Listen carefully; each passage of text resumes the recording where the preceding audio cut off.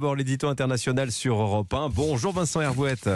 Bonjour Dimitri, bonjour à tous. Vous revenez ce matin Vincent sur le voyage d'Emmanuel Macron en Afrique. Vous nous dites qu'une heure de vérité a sonné. Oui, les dirigeants français mentent en permanence. La plupart ne connaissent rien à l'Afrique quand ils accèdent à l'Élysée et le pouvoir leur impose des cours de rattrapage. Alors depuis 30 ans, ils récitent les mêmes rengaines, par exemple que la France-Afrique c'est fini, alors que toutes sortes de réseaux parallèles perdurent et sans doute qu'ils sont nécessaires. Ils disent aussi que la France n'est plus le gendarme du continent, alors que 6000 soldats dans des bases permanentes se tiennent prêts à bondir pour mener des opérations de police type Serval.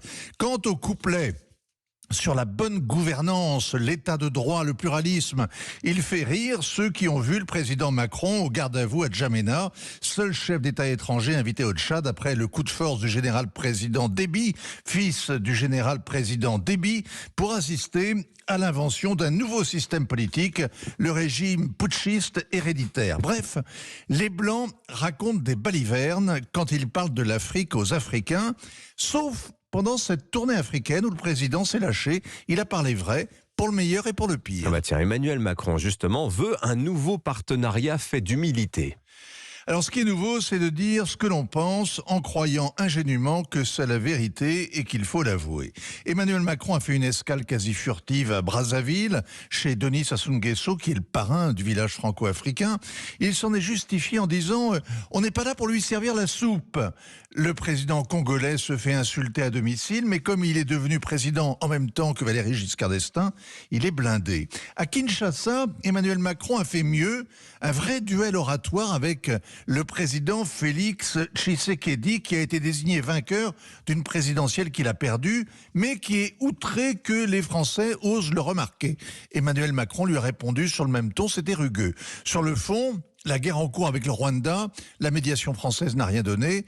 Alors, ce qu'on retient, c'est le président Macron s'exhibant dans une boîte de nuit surchauffée d'un quartier malfamé, la bière à la main. Mais la vidéo circule beaucoup sur les réseaux sociaux. Est-ce que, Vincent, c'est la fin d'une certaine langue de bois africaine-française ?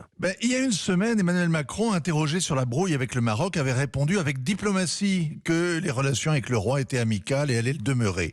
Le palais royal a répondu par une gifle. Les relations ne sont ni bonnes ni amicales. Mohamed VI est en colère contre le président qu'il juge désinvolte. Il a ses raisons. Les visas délivrés au compte-gouttes, les salam-alek faits à l'Algérie, les embrouilles de service. Et il a rappelé son ambassadeur. Il veut que la France sorte de l'ambiguïté sur le Sahara occidental, la cause sacrée du royaume.